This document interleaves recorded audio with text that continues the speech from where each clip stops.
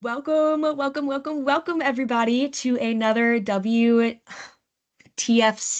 My goodness, I have another episode podcast that I do that is WTF Talks, and doing the two of these, WTFC Summer Sessions. Thank you so much. Pardon me, I nearly threw that the wrong way. But today we have Deborah who is with us. We are joined, and I am so excited to talk with you a little bit about your journey into transportation, a little bit hmm about where you sit today, kind of how you've gotten where you are. And then, of course, we'll talk about some amazing skills, some tips that you've got for everybody. But to get us started, kind of help us understand who you are. Introduce yourself. Give us a little intro. Marvelous. Thank you. My name is Deborah Gee, and I am currently working for KAG, Kenan Advantage Group in Canada, as a recruitment manager. But I started off in the industry in my early 20s as a driver and drove for about 10 years. Then eventually got into logistics and just enjoyed both sides of it. So learning the compliance side and then learning the HR compliance side and just staying in the industry and enjoying talking to drivers.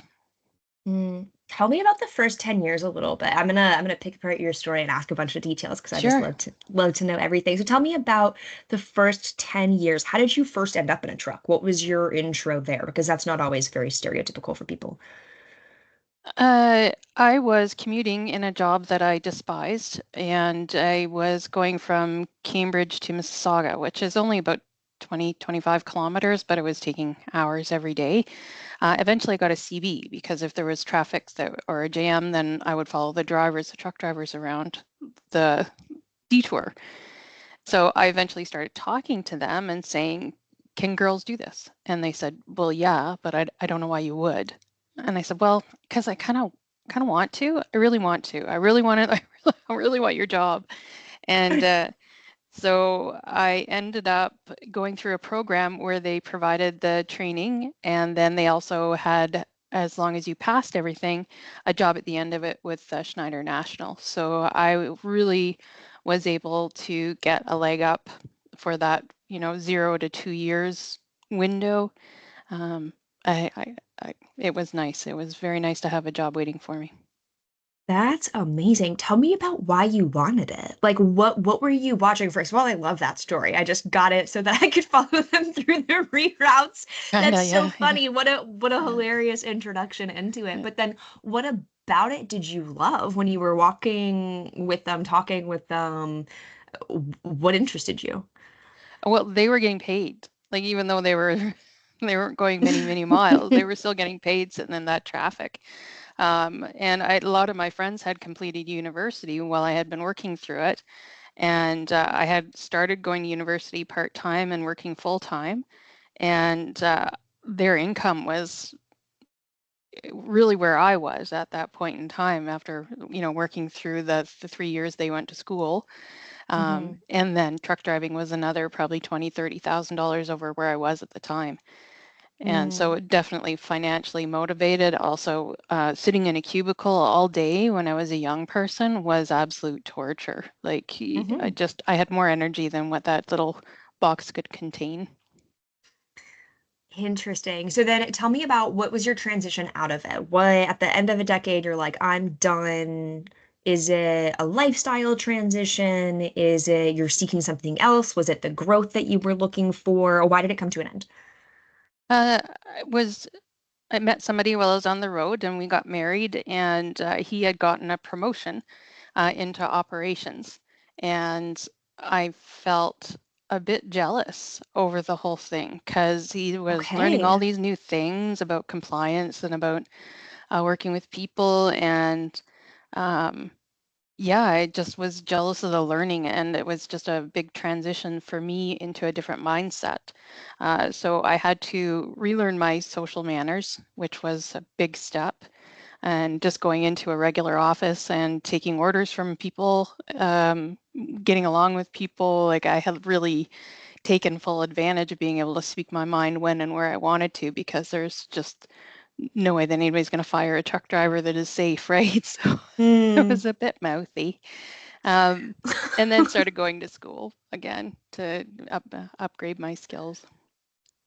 Wow. Okay. So tell and I'll come back to you with the tip section later in case you have a different one. But for a driver who's trying to transition into a operations role, also thank you for being vulnerable about just the transparency about being jealous. I feel like that's a thing that not most people would necessarily want to touch on, but that's so real. That is just absolutely what Yeah, you were experiencing. And I can imagine that. Like my husband and I are quite competitive and yeah, even just sometimes he talks about like going back and getting his master's degree or something like that. And yeah, I'm like, well, I can't let you do that without me. Like, there's yeah. no I way. know. Yeah, And so that's yeah. that's so interesting. So what would you say to a driver who's trying to make that transition? Like as you had mentioned, so no one's gonna fire a safe driver right now. Like this is everybody wants them, but there are more office people than we necessarily know it to do it. And so how do you kind of position yourself to, I mean, drivers are are the best. They have the most information, the most knowledge. But you're right, there is often this kind of rub against a difference of workplace environment. And so how did you do that for yourself? And being on the recruitment side, I talk to a lot of drivers about transitioning into the office or another career. And even as driver trainers, one of the struggles that drivers have is that ability to conform to an office environment. There's a lot of why do I have to type process, or that they're willing to, but their understanding of it or their limitations in being able to be self-aware of how they're affecting other people. Even volume. So drivers will come into the office and it's a very quiet environment, and they're super, super loud because they're used to being outside. They're used to needing to be heard over a running truck and things like this, but they don't necessarily have the awareness to adjust to a different environment. So that self-awareness is a great place to start, and just honestly talking about what your skills need to be. I find that most people that I do end up talking to are very resistant to what I'm telling them because they don't want to conform. The Hmm. income obviously is going to be half of what you're making in most cases as well, because you are starting off in a new career. Even though you're going to accelerate, faster than other people by the knowledge that you have, it's not necessarily valuable to the job that you're going to be taking. Hmm. So and now that is the wisdom from a recruiting manager as well as somebody who's gone through it. Are you recruiting specifically just for drivers right now? No, it's all positions right across the board from corporate Okay. to frontline. Yep. So walk me through when you're talking to a candidate who's making that transition and they're like 50%. Yeah, it's a lot. Yeah, for What sure. am I gonna do? How do I navigate that process, like internally, mentally? How do I talk to my perhaps significant other about that, my family about that, and the trajectory of what could come and what that could look like in 5 years, 10 years? Walk me through that a little bit, not only just as like how do you change your mental capacity as that driver, but like how do you work through that full process? Because that is a significant difference. Um, I find people go through for the ones that successfully transition, they sort of go through a position where they're not able to do that job anymore, whether it's disability, the stress of it, the not wanting to be away from home. So it can be childcare, relationship concerns, taking care of family, elderly parents, those type of things. So they've gone through a life transition where they're going to be forced out of the truck regardless. Um, and then they're more willing to adjust. And it is just about that sacrifice. Overall, you're either downsizing your home, or the children have left home so that you don't have the same expenses. Yeah, just overall, it's a flip of lifestyle overall. But for people coming from the truck voluntarily, usually they have a better support group. So they have more of a nuclear family where there's multiple generations in the home to help support that financial change. Okay. Okay. So it's a full team It is, mission. yeah, Yeah. 100%. Everybody's got support in one way or another for sure. Amazing. So, okay, so sorry, I got very sidetracked and excited about the beginning of your story and started thinking about all the questions I wanted to ask. I missed the latter half of it. That's all So good. you transitioned into operations kind of after working in the truck, and then what happened from there? How did you grow kind of from that? What did that look like? It was education. So all my summers were taken up with taking courses, and through the winter as well, just making sure that my education was where it needed to be. So upgrading, taking logistics courses, a lot of what they do in e-commerce now. Um, and then also leadership courses, how to be a better person, a better human being, and getting along with people. One of the best books I ever read was Dale Carnegie's How to Win Friends and Influence People. Mm-hmm. It's a very inexpensive book and a very quick read, but holy smokes, what a difference it made to how I view the world. So a lot of mistakes made on my part, and I needed to learn, and somebody had suggested that book, and yeah, it really made a huge difference. Yeah, definitely. I've also read that one and Hmm. could probably go back for a round two. Let's be let's be real. Could use a refresher on it, but it's a really good one. So, well, I had talked a little bit about or mentioned that I was going to come back to asking a tip, kind of what would your one tip be for people in the industry?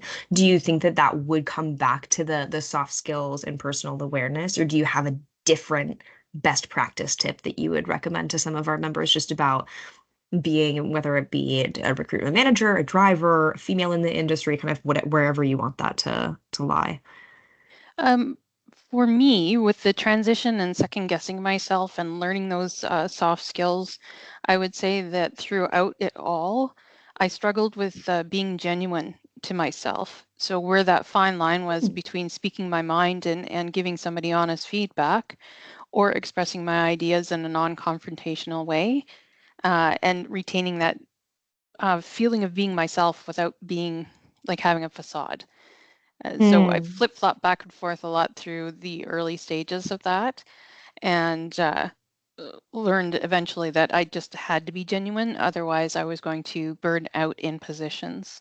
And that's eventually where it came to. So the first couple of jobs, I committed too much of my time, my personal time. I didn't honor my own boundaries. And all mm. that comes with the being genuine and being honest and truthful to yourself. So that would be the first thing I would figure out if I went back and things over again. As to how to do that. What would you say in regards to how that correlates with creating a professional appearance?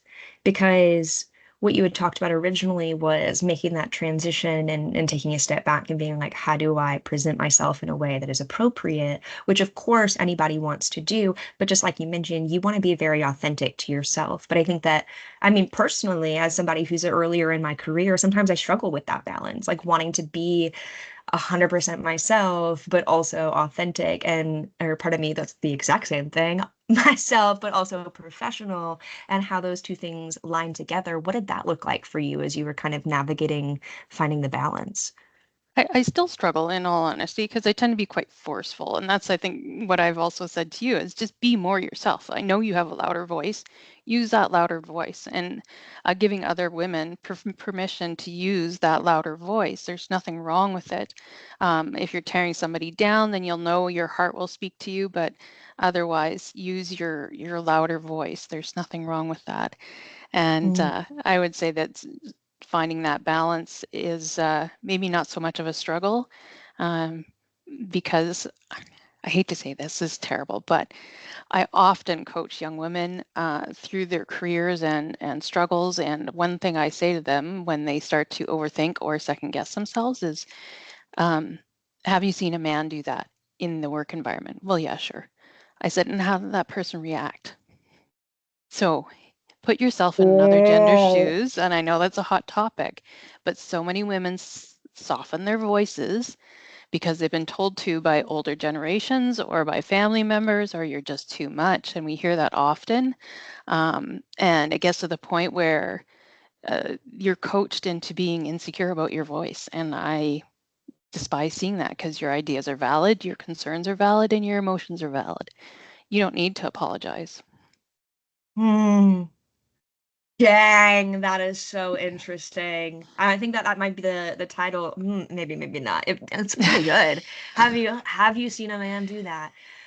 Because that's so fair and valid, and just from my own personal seat, I'm always trying to look for the appropriate place and the right spot. And I don't like speaking out of turn. And I really struggle with that. And will oftentimes go through a normal day or a normal conversation or a podcast like this. And then I can't even watch these things anymore. Like I literally cannot go back and watch them anymore, or they won't go anywhere because I get way too insecure about Mm. everything that I have ever said. Yeah, And it's that natural. is Yeah, so valuable though. It's yeah. just that reevaluation of and maybe not even that, but just have you seen a CEO do that recently? Have you seen the president of your company doing that recently? Have you seen and take like just that place of authority into it? But well, I'll be thinking about that for a while. Thank you. We'll wake up in the middle of the night at 2 a.m. Like, what a good thought. But Yeah. okay, so I really, really like that. Then in reference to kind of your personal journey and the thing that you say that you've taken out of it, like you've given us a good tip to just like the general public. What has your biggest takeaway been kind of working in transportation and in so many different ranges of this amazing industry? What's been your biggest like lesson or moment, perhaps? Do you have a moment that sticks out as being really, really significant? I know that's a massive, all-encompassing question. I think the thing that surprised me the most through the years is when I have been feeling vulnerable or burnt out and I've asked for help. Um, there's always been somebody there with good advice and support to offer. So you expect judgment and you expect condemnation and a lot of negative things because your fear or insecurity tells you that's what's going to happen. And generally, it's quite the opposite. Everybody's been in a situation where they're struggling or trying to make their energy ends meet when it comes to work and life. So if you need support, ask for it. You're going to find it somewhere. Mm, I love that. Expecting judgment and receiving help is really how it goes. And I think that that's so true. And that really comes back so much to what you were saying earlier, just about being your vulnerable self. If you're showing up 100% as yourself and you're getting to a spot where you need help, people typically are very happy to stand behind you. But Mhm. I know it's vulnerable and uncomfortable to be like, hey, could definitely use some support over here. Well, recently I just went through a mix up. I've been dating somebody for several years and that relationship fell apart like super fast. So I was in a bit of a tailspin and just told my coworkers like I felt uncomfortable, but I'm sorry. Like my life has just changed very unexpectedly. So like for quite some time I wasn't myself, like I wasn't my normal chatty self. I was a little quiet and withdrawn. And had I not told them what was going on, they might have thought that there was something else going on, right? So, but by expressing that, they understand where I'm coming from. It doesn't excuse my behavior 100%, but at the same time, do my best. So just understand that it's not Hmm. about you or the job or anything else in between. I'm just struggling. Mm, I love that. And so in a world where people keep so many things really close to their chest, like something I do a lot of is I help write templates for people on social media on TikTok. This is like a super random Mm-hmm. thing, but I write a lot of templates for people on TikTok about how to call in sick for work because so Mm-hmm. many people who are Gen Zs who are young, they just don't know how to communicate with their managers. And It's I tough. Yeah. posted one, it went crazy and can't stop doing it because people still love it. But something that I see really regularly in different ones that I do is, oh, you don't need to give them that much detail, or oh, they don't need to know that, or oh, this is like not necessary. And I think it totally depends on the relationship with the Yes. person, and it completely depends on the individual and whom they are. But what's your take on, specifically from the seat that you sit in, how much is too much and how much is just enough, and how do you find the balance of those? I just respect people's boundaries. If they overshare, then I just sort of pretend it didn't happen. And you do get that occasionally, either in interviews or that sort of situation. You just pretend that nothing was said. It's not that you don't acknowledge what they're going through, that's appropriate. But then it's not something that, depending on what the situation is, and how much time is going to be taken off. Like there is a point where you need details if it's a work-related injury or illness, but whatever the law says is required. So either way, I try to just respect whatever somebody wants to share. So if they say I'm sick, I'm not coming in, good enough. That's all I need to know. Thank you, because otherwise I'd be worried. Where the heck are you? Yeah. Are you alive? Yeah, definitely Not the that I'm their mom or information. anything, but I'm expecting them here, and I do get concerned if somebody doesn't show up. No, I'm the exact same way. My anxiety goes rampant the second that I turn on. I'm like, Hmm. what do you mean? Where are you? Like, Yeah, but I it's like, understand. I have a hard time calling in sick too. Like, and I always overshare because I just want people to know. But yeah.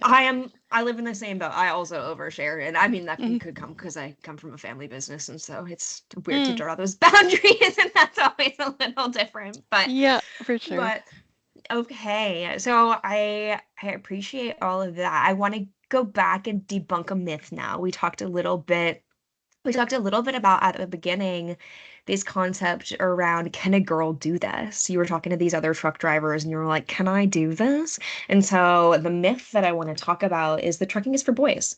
Like this is something that people talk about all the time. We go to the store, we look at trucking toys. They're very masculine, dominated in the way that they're presented even to children, in the way that we talk about it as an industry, the whole thing. Is that true? Sorry, that feels funny to ask with a straight face. I can't do that, but That is fair is enough. that true? Yeah, yeah. No, of course not. It does depend. I mean, the biggest thing about a personal quality that you need in trucking is resilience, because it can be quite stressful. You're going to have days where you're second guessing yourself, or you're learning and doing at the same time, which is quite stressful. So having that ability to sort of buck up halfway through the day and continue on and find your confidence, or, take a breath and keep going is probably the one that I see women struggling with the most, dependent, and it's not age specific by any means. But as far as the physical demands of the job, yeah, absolutely. I've seen physically, from very healthy people to older, not so healthy people, or anywhere in between, that are quite physically capable of doing the job. So most of the fallback is not having enough support to do the job, or just having a lack of confidence. Mm. And would you say that applies across, like under the hood, behind the wheel, behind the desk, kind of everywhere Yeah, you go? absolutely. Yep, for sure. It is. It just takes a little more resilience, I think, than some industries, perhaps. And I mean, I'm speaking egocentrically because I haven't been in many other industries, but Yeah, have not touched enough to say, but would most certainly imagine that that is definitely true. mhm. What would you say is the best, and then I will let you go. What would you say is the best tip or suggestion that you would have around people building that resilience? I personally believe that resilience is something that can be grown and probably ebbs and flows a little bit. I think that most people have some that they're born with and like an inherent resilience, but I think that that is most certainly something that people can build up. Is there anything that you've done in your personal career or your professional career that's really supported that kind of stability behind that? Therapy.